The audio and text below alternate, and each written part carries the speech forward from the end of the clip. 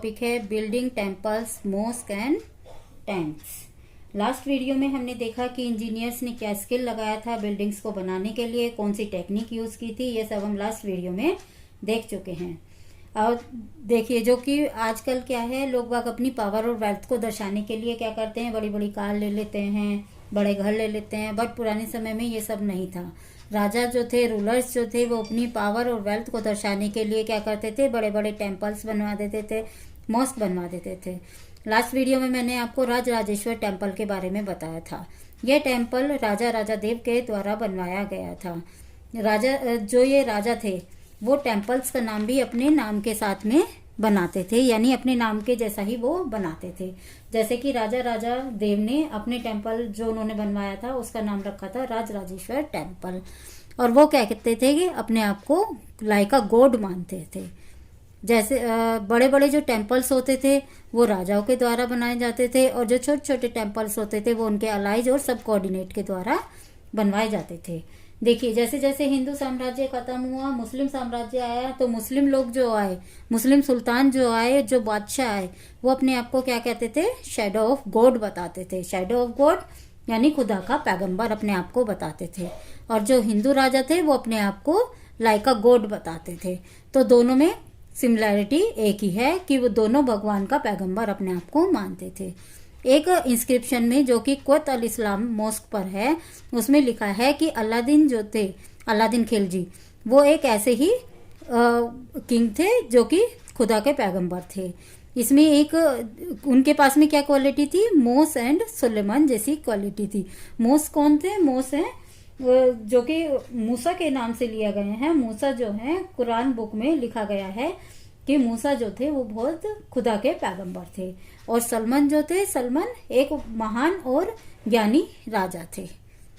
Now अब हम देखते हैं कि जैसे जैसे न्यू डायनेस्टी आती गई, नए नए राजा आते गए, तो राजा इस बात पर बल देते थे कि जनता उनको माने और उनका प्रेस करे। बट जनता ये कहती थी कि वो उनको क्यों माने। तो राजा क्या करते थे, उनके लिए बड़े बड़े मंदिर बनवा देते थे, टेम्पल्स बनवा देते थे, बड़े बड़ी कार्बन सीरीज बनवा देते थे, जिससे कि जनता उनको प्रेस करे। तो वो ये कहते थे कि ये जो है रिलेशनशिप विद गॉड, भगवान ने उनके सपने में आकर उनको कहा कि वो उनके लिए ये सब चीजें बनवाए। तो जनता ये सोचती थी कि ये राजा हमारा साथ दे रहे हैं और हमारा साथ दे रहे हैं। और जो जैसे बड़े बड़े जो रूलर्स होते थे वो क्या करते थे, लर्न्ड और पॉयस लोगों को अपने महल में रहने के लिए ऑफर करते थे। लर्न कौन होते हैं? जो कि ज्ञानी लोग होते थे, और पायस जो पवित्र लोग होते थे, उनको रहने के लिए अपने महल में जगह देती थी।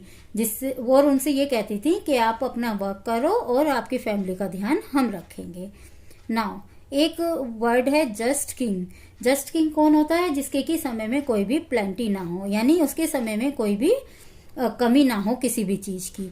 तो इसके लिए राजा क्या करते थे, जनता के लिए उन्होंने बड़े बड़े क्या बनवाए थे, टैंक्स बनवाए थे, रिजर्वायर बनवाए थे। ये किस काम आते थे? जैसे जो किसान होते थे उनके खेती करने के लिए काम आते थे। और जो सुल्तान इल्तुतमिश थे, सुल्तान इल्तुतमिश जैसे कि मैंने आपको पहले भी बताया था, सुल्तान इल्तुतमिश कुतुबुद्दीन ऐबक के सन इन लॉ थे और उनके बाद गद्दी पर बैठे थे। इन्होंने क्या करा था, इन्होंने एक रिजर्वायर बनाया था दिल्ली आई ख्वाना के नाम से, और जिसको हाजी आई सुल्तानी या किंग्स रिजर्वायर के नाम से जाना जाता था। और ऑर्डिनरी पब्लिक के लिए क्या करते थे, ये बड़े और छोटे रिजर्वायर और टैंक्स बनवाते थे। इसका एक एग्जाम्पल हमको जामी मस्जिद में देखने को मिलता है, और दूसरा एग्जाम्पल हमको गोल्डन टेम्पल में देखने को मिलता है। नाउ नेक्स्ट टॉपिक है why were temples target. Temples ही क्यों टारगेट होते थे? जैसे कि मैंने आपको बताया कि ना, राजा जो होते थे, रूलर्स जो होते थे, वो अपनी पावर और वेल्थ को दर्शाने के लिए बहुत बड़े बड़े टेम्पल्स बनवाते थे और बहुत दर्शनीय बनवाते थे, उसको बहुत भव्य बनाते थे। एक एग्जाम्पल के थ्रू मैं आपको ये बताती हूँ।